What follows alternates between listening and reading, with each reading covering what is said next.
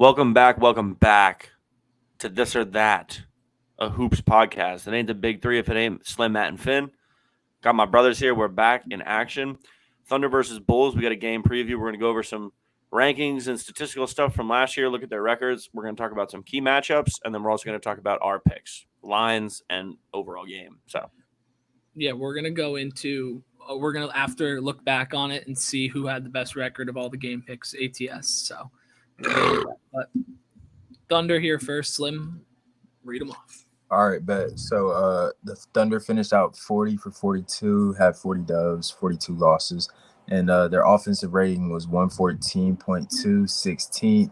Their defensive rating was 113.2, that's 13th. Net rating 1 flat, and then that's 15th. So really average, like mid for real, but they played pretty well. They didn't have Chet last year, and I'm excited to see what OKC has for the upcoming season. TOT's official biggest team on the rise this season. Yep. Besides Brooklyn. They're falling. Talk about it later. Last season. We'll talk about it later. Yeah, I mean, Thunder, obviously, last year, basically like a mid team, but like a hell of a fun team to watch. I could watch Shea hoop all day. Giddy, my guy, love him. But let's get into my the Bulls. glorious Prince Giddy. We got ahead. the Chicago Bulls here, 40 and 42, 2 games short of 500. Offensive rating 112.8, 24th. Defensive rating 115.5, 5th. Crazy. And their net rating 1.3, 13th overall. Would you say, Matt?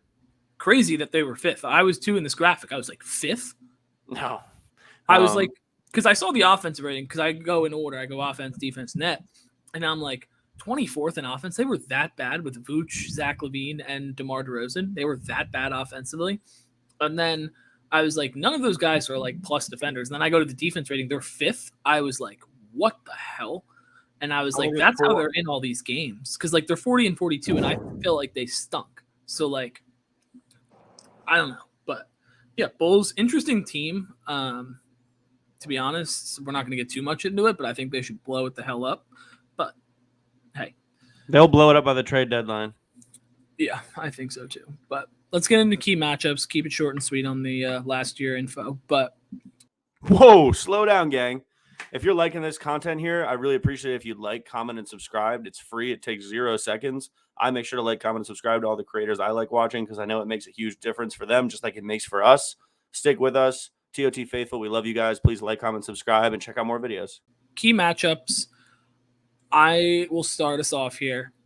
I think the matchup between Chet and the other team's big because they're two vastly different. So we have Chet versus Vooch, which I think Chet could dominate that matchup. Not going to lie. I think could absolutely dominate it. But then when Vooch comes out and it's Chet versus Andre Drummond, I think he might get destroyed. And I love Chet. I have a future on to win Rookie of the Year. I think Andre Drummond might eat him up. I think he might eat him up. Any thoughts on that matchup? I'm trying to find this one picture that I was going to do a live meme for, but I think Drummond thinks he's a point guard.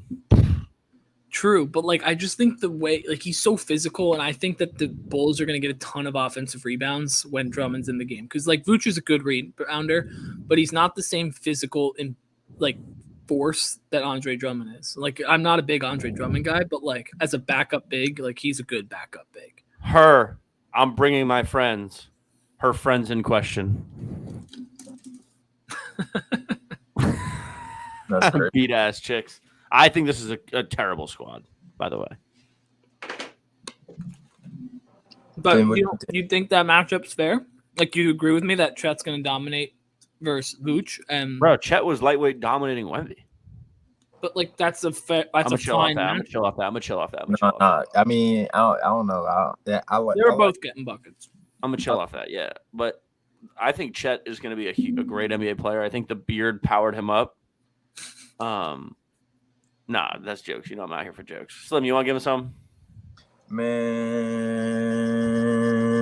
I don't think you're. But the matchup I'm most excited for is Ayo Dosunmu versus Josh Giddey. I feel like Ayo is very scrappy, kind of on ball, kind of Pat Bevy kind of. But I think that that's going to force Josh Giddey to be a little bit more crafty with his facilitation and where he finds himself. He's already crafty like that, very creative with facilitation and being able to get the ball to his teammates, always has his eyes open. He's always aware of his surroundings and where his teammates are and where to put them in the right place. I think OKC is ultimately going to win the matchup, but I think that having guys like Josh, Shea, Lou Dort, Chet, Trey Mann, J Dub, J Will, just they got a flat out squad that outnumbers Chicago, but all of those guys together in the way that Josh Giddey just has the offense so fluid. Oh, Josh Giddey, my glorious prince. But yeah, that's what I'm excited for. I'm geeked to see AC go at it with Shea. Mostly, actually, I guess you would phrase that as Shea go at it with AC. I think AC was robbed from first team all defense last year. He feels the same way. He detailed that on the JJ Redick podcast. He said he honestly got into it more than I feel like most players do when they like a lot of guys I feel like keep it P and they're kind of just like, yeah, that guy really deserved it or whatever. He was pissed. He was like, I was 100%. I should have, whatever. I'm not going to get into it. If you want to watch that video, you can watch it. But I'm excited to see someone like Shea, who's an absolute artist, a smooth jazz player. I got a group of players called smooth jazz players that he's in. And that's always interesting when somebody physical gets up in their grill. And I think AC's done a phenomenal job throughout his career of really strengthening up, getting his feet faster, and turning himself into a two-way player that he wasn't when he came in. Yeah, no, that's definitely a matchup to watch for. I mean, I think more times than not, I'm going to give the edge to the offensive player, especially if they're as talented as Shea. Well, they're going to get to their spots. They're going to get their shots up. It's just a matter of if they miss or not. You're not really going to be able to make them make or miss when it's those guys. Yeah, and I think that's kind of where I'm at. Like, I'm definitely think that Shea will win the matchup, but I can definitely see it going the other way. Like opening night, you have a plus defender going at you almost every possession because like AC is going to play a lot of minutes. So like that's definitely something I'm watching out for, and I think it's really up to a guy like a Jalen Williams or Chet or Giddey, like Slim said, to really win their matchup specifically for them to pull away in this game and win it because the game is in Chicago. So obviously there's a ton of Bulls fans, but I just think that matchup is going to happen, and I think it's going to be crucial, especially in the minutes where Caruso's not on the floor. Can Shea absolutely get his money then? And I think he's going to be more of a facilitator this game than people would expect, and I think we're going to see a lot of buckets from a Giddey or a Jalen Williams or a Chet. Shouts out Matt's boy Poku. But yeah, no, I think those are three really, really good matchups. Obviously, like the easy answer is Lou Dort versus DeMar DeRozan. Could DeMar DeRozan? I know it's Lou Dort's. He's played in the league for a bit now, but can DeMar DeRozan still manipulate him into drawing fouls and all that kind of stuff where DeMar really eats in the latter stages of his career? But got ripped through. As long as Lou Dort can hold his own, not get into foul trouble, and put the Bulls on the line, like I don't see a way where the Thunder lose this game. Go ahead, Slim.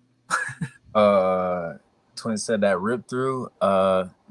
DeMar's daughter ain't finna be going to school no more. If y'all know what I'm talking about, last season what was it, the play-in?